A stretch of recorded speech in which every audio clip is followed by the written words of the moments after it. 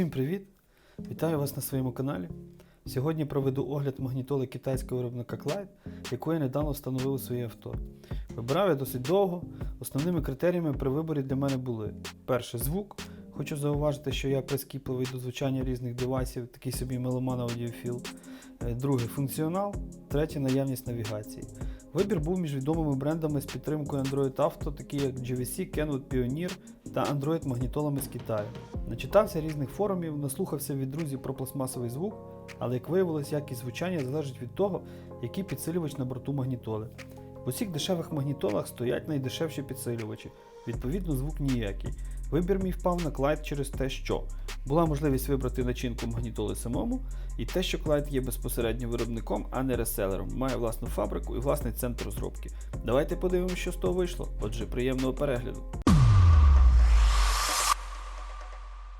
На магнітолі ніяких написів, що це виробник Clyde, немає. Але ви можете перевірити це в налаштуваннях в розділі про пристрій. Шукаємо рядочок MCU версія. Це такий собі ідентифікатор виробника. Де Clyde MCU має починатися на CSN2 або CSN2D. Приставочка D означає, що в магнітолі присутній цифровий DSP. Отже, декілька слів про технічні характеристики пристрою. Магнітола працює на 6-ядерному процесорі Rockchip PX6, оперативна пам'ять 4 ГБ DDR3, внутрішня пам'ять 64 ГБ, вбудований хороший радіочіп NXP 6686 з підтримкою RDS. Встановлено топовий для китайських магнітол звуковий підсилювач TDI-7851 з цифровим процесором DSP. Є GPS з зовнішньою антеною. Магнітола має Wi-Fi адаптер та Bluetooth версії 5.0. Також хотів би зауважити, що це єдиний бренд магнітол, з пристроїв якого можна підключатися до інтернету через канал Bluetooth. Крім того, на борту є 3 USB виходи, фронтальний слот microSD для навігації музики і відео, підтримка 3G USB модемів або можливість встановлення слоту під сім-карту, вихід на задню камеру, можливість підключення клавіш на кермі, підтримка підключення OBD адаптера, і все це працює на базі 10-го Android.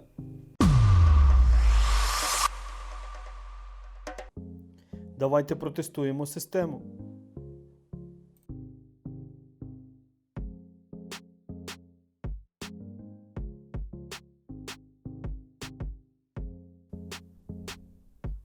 Ось такий результат ми отримали.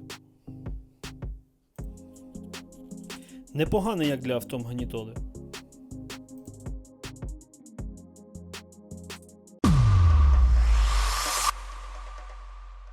Що стосується екрану, то тут встановлено ємнісний сенсорний дисплей з роздільною здатністю 1024х600 зі щільністю 240 dpi. Дискомфорту якогось картинка не викликає, картинка та кути огляду хороші, читабельність з усіх боків непогана, сенсорний дисплей працює добре. Включається без підвисань. Як бачимо, крім дисплея, на фронтальній стороні є 3 клавіші: додому, назад і Наві. Також є регулятор гучності. Під регулятором знаходиться слот для карт microSD і роз'єм microUSB. Можна також налаштувати підсвітку кнопок. Заходимо в налаштування, Car Settings, персональні налаштування, підсвітка кнопок. Можна вибрати колір підсвітки і запрограмувати час її автоматичного вмикання.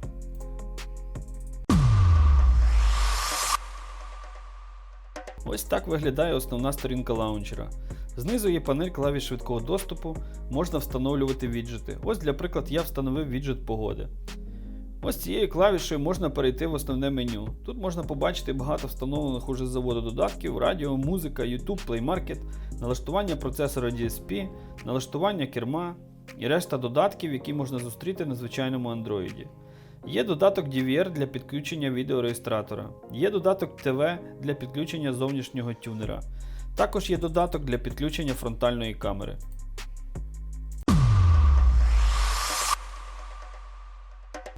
З навігацією тут ніяких проблем немає. Ви можете встановити будь-який додаток навігації, доступний в Play Market. Я юзав Waze, Navitel, Google. Супутники ловить швидко, якихось серйозних проблем помічено не було. Присутній голосовий пошук.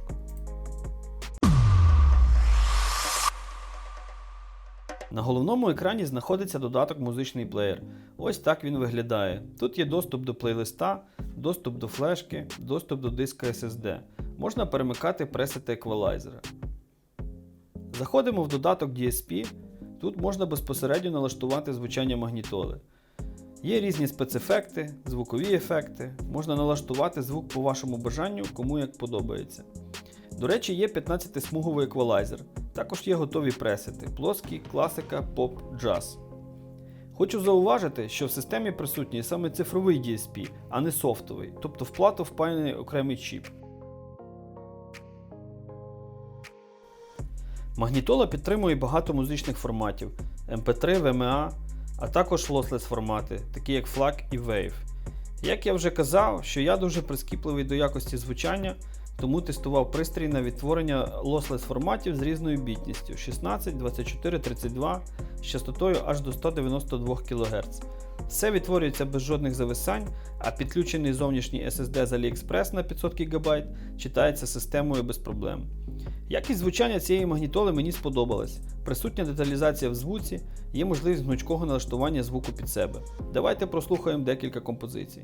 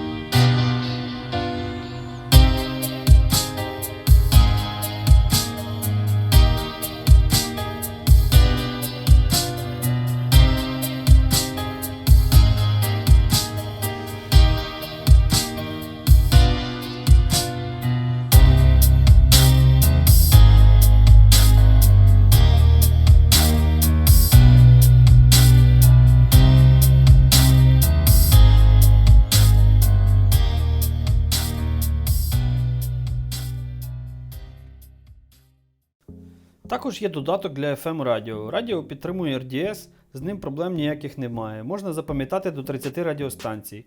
Ось внизу є сенсорні клавіші для внесення станції в пам'ять. В межах міста радіо працює ідеально, за межами наразі не тестував. Магнітола постачається ось в такій упаковці.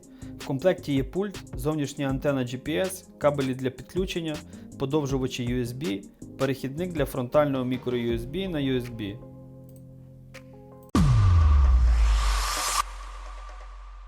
Підбиваючи підсумки, можу сказати, що покупка даної магнітоли повністю себе виправдала. Відмінна робота пристрою, хороше зображення, детальний звук, Wi-Fi, Bluetooth, тобто все, що потрібно для комфортного користування. А на сьогодні це все. Ставте вподобайки, підписуйтеся на канал та тисніть на дзвіночок, щоб не пропустити наступні відео. До зустрічі!